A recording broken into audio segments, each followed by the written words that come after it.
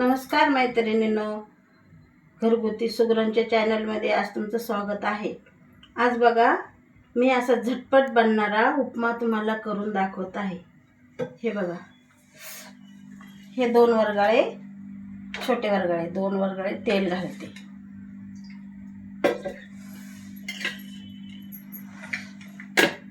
त्याच्यानंतर आहे ना, हे थोडे शेंगदाणे अर्धी वाटी शेंगदाणे भाजून घेते छान असे. हे भाजून घेतल्याने काय होतं, खरपूस लागते, ते वरतून टाकायचे असते छान. आणि मग आहे ना, आता भाजून घेते छान आणि ते काढून घेते. त्याच्यानंतर हे बघा, 1 वाटी रवा आहे, अर्धी वाटी कच्चा वाटाणा आहे, ही अर्धी वाटी शेंगदाणे ठेचलेले आहेत असे बारीक, हिरवी मिरची थोडीशी, 3 मिरच्या घेतल्या, 1 कढीपत्ता घेतला, एक टमॅटो घेतलाय, 1 कांदा घेतला छोटा बारीक कापून, मुठभर कोथिंबीर घेतली. हे बघा, हे हिंग घेतलाय, मोहरी, जिरे. आता हे भाजून झाले शेंगदाणे. आता हे 1 प्लेटमध्ये काढून घेते असे छान. ते कसं आहे, खायला सकाळी चविष्ट काहीतरी नमकीन पाहिजे ना. हे पाणी उकळून घेतले बघा. आता हे याच्यामध्ये टाकणार थोडं.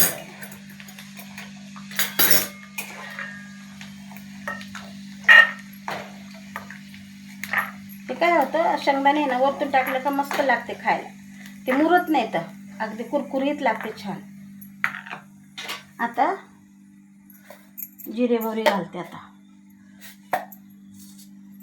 नाही, असा हा रवा भाजून घेते. सॉरी, हा 1 वाटीचा रवा आहे, जाड असा, मध्यम.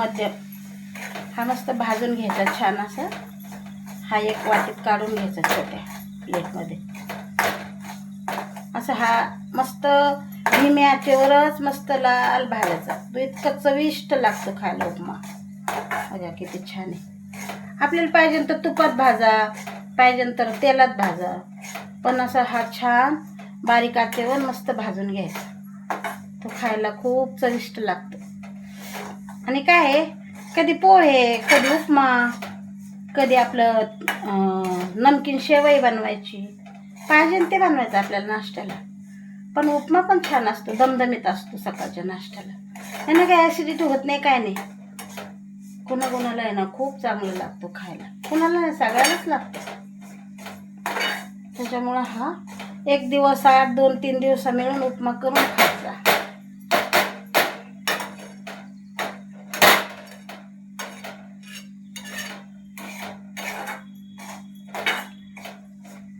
असा हा लाल भाजून घ्यायचा. त्याच्यानंतर हा काढून घ्यायचा 1 प्लेटमध्ये, फोडणी घालायची छान.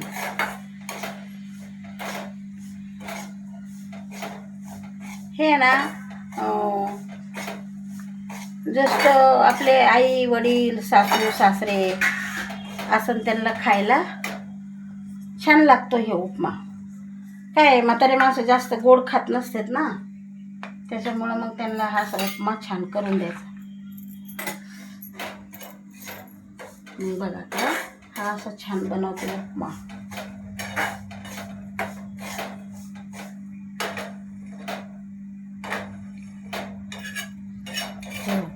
छान असा भाजून घेतला तर हा आता काढून घेणार आहे 1 प्लेटमध्ये.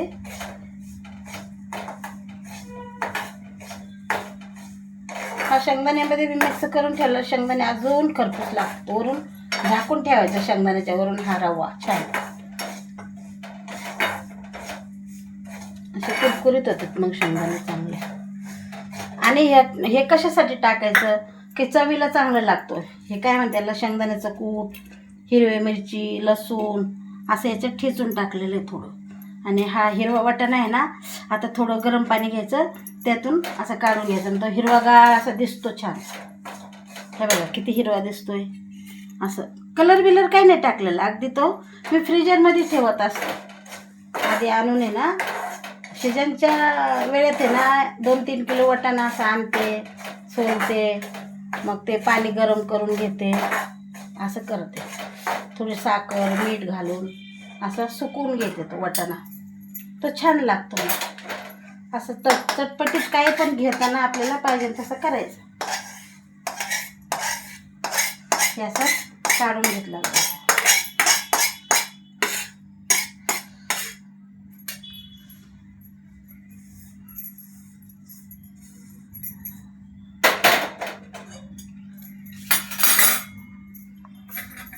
आता फोडणीसाठी अजून 2 वरगळे तेल घालते. छोटे वरगळे येते, जास्त तेल नाही येते, बिलकुल छोटे छोटे. हे बघा. आता हे फोडणीसाठी अजून छोटे वरगळे 2 तेल घालते.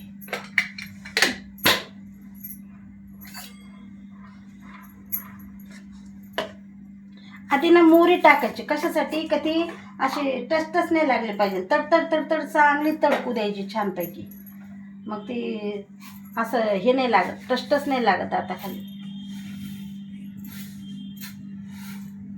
अशी 1 चिमूट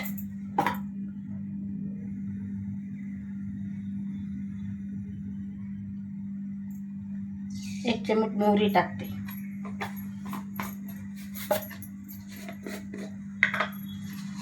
आता हे 1 चिमूट जिरे टाकते. जास्त बी नाही टाकायचे.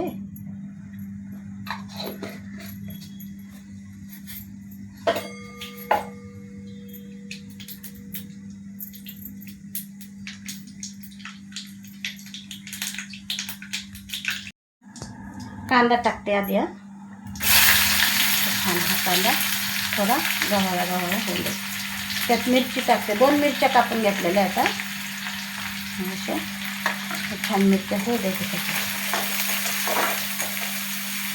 बारीक कापून घ्यायचा कांदा, जेणेकरून त्याच्यामध्ये असं दिसला नाही पाहिजे जास्त. विरघळून जातो तो कांदा. छोटा छोटा कापला का टेस्ट पण येते आणि तो जास्त टचर टचर नाही लागत.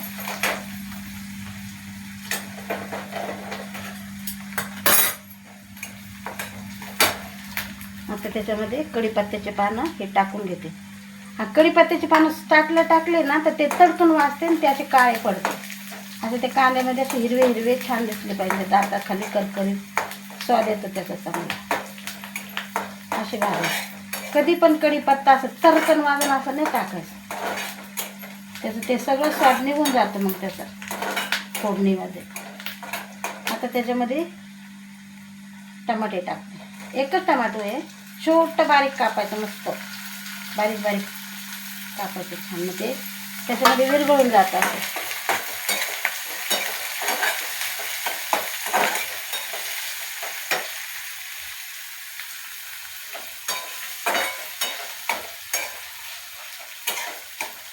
ते 1 चिमूट आहे ना हे घालते.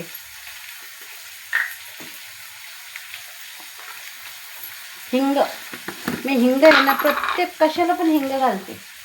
मला ते हिंगाशिवाय काहीही स्वादिष्ट नाही लागत. हे बघा 1 चिमूट हिंग घालते.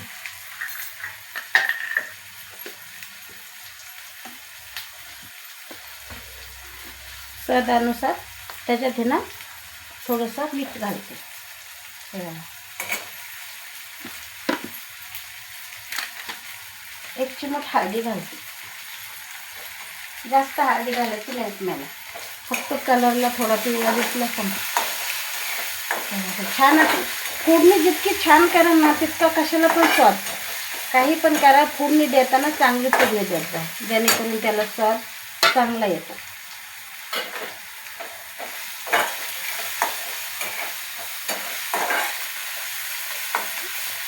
आता हा उकळून घेतलेला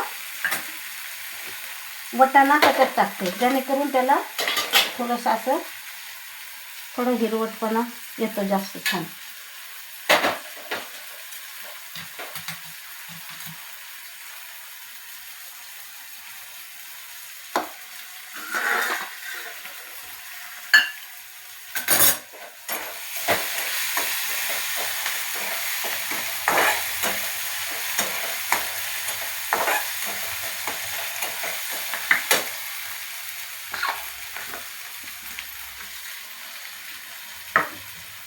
हा अर्धी वाटी वाटाणा याच्यात टाकते.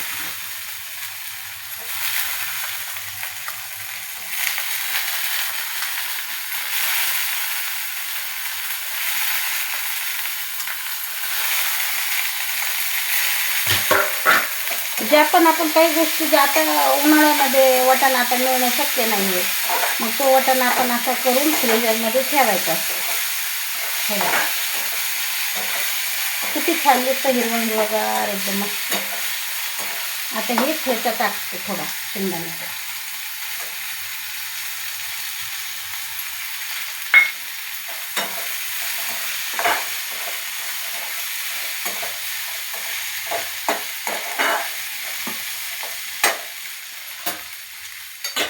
आता हे छोटं एक तांबे आहे ते पाणी घालून टाकतो त्याच्यात, चांगली खळखळून उकळून येऊ द्यायची.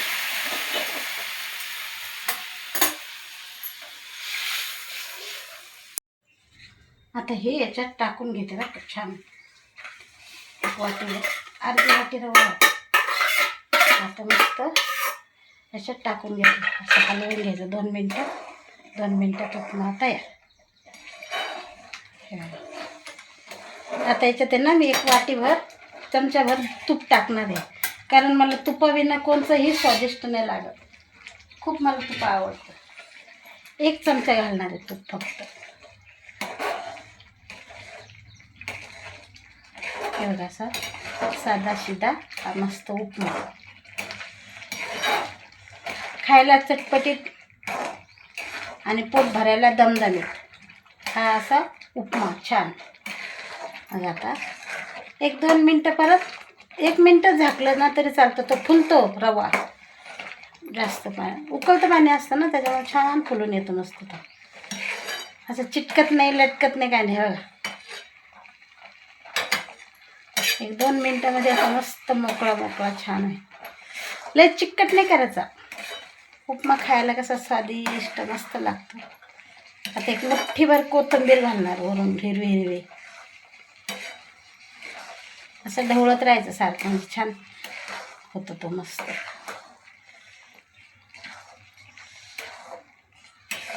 बघा वाटाणा, ग्रीन वाटाणा कसा हिरवा हिरवा छान दिसतं बघा. आणि शेंगदाणे पण तसेच कुरकुरीत लागणार. आता हे शेंगदाणे घातलेत ना तळून, ते कुरकुरीत लागत असते. किती वेळ ठेवला ना रवा तरी तो असा हे नाही होत, त्याचा कुरकुरीपणा संपत नाही. तळून घेतल्याच्या नंतर तळून घ्यायचे शेंगदाणे कधी पण असे लाल तळून घ्यायचे, आणि वरून तो रवा भाजलेला असतो ना प्लेटमध्ये, खाली शेंगदाणे ठेवायचे आणि वरून रवा ठेवायचा, म्हणजे त्याचा कुरकुरीतपणा कमी होत नाही. बघा हा असा छान उपमा.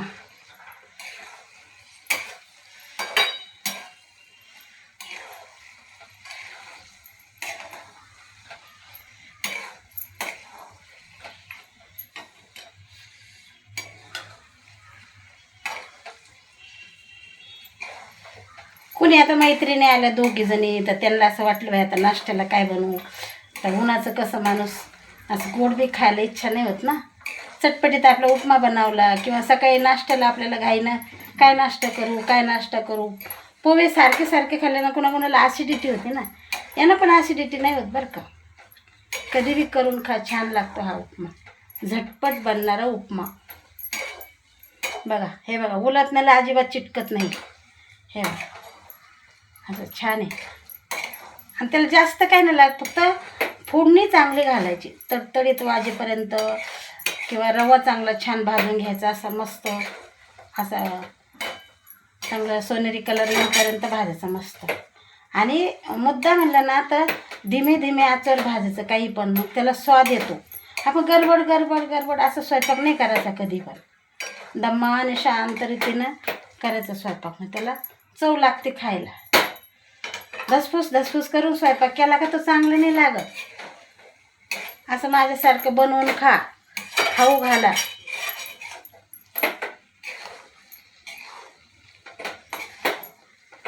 बघा किती छान झाला हा उपमा.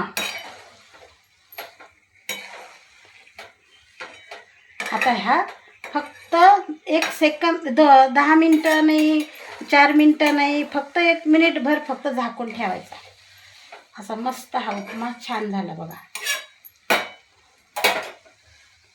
आता कोथिंबीर घालते वरतून. हे बघा 1 मुठ्ठीभर कोथिंबीर घालते, त्याला थोडंसं असं छान लागतं. मग कोथिंबीर धुवून कपड्यात घालून सुकून घ्यायची मैत्रिणींनो, कारण आता उन्हाळा दिवस आहे उन्हाळ्या दिवसामध्ये काय आहे, लोक पाणी कुठलं कसं पाणी टाकतात. त्याच्यामुळे कोथिंबीर घाईघाईत घेऊन अशीच नाही करायची. धुवून कपड्यात सुकवून मग ठेवायची ती. असं छान असं झालं बघा. हा झाला माझा उपमा. तुम्ही पण करा, खाऊ घाला, आनंदी राहा, स्वाद घ्या. सबस्क्राईब करा, लाईक करा, शेअर करा मैत्रिणींनो, मला सपोर्ट करा. बाय.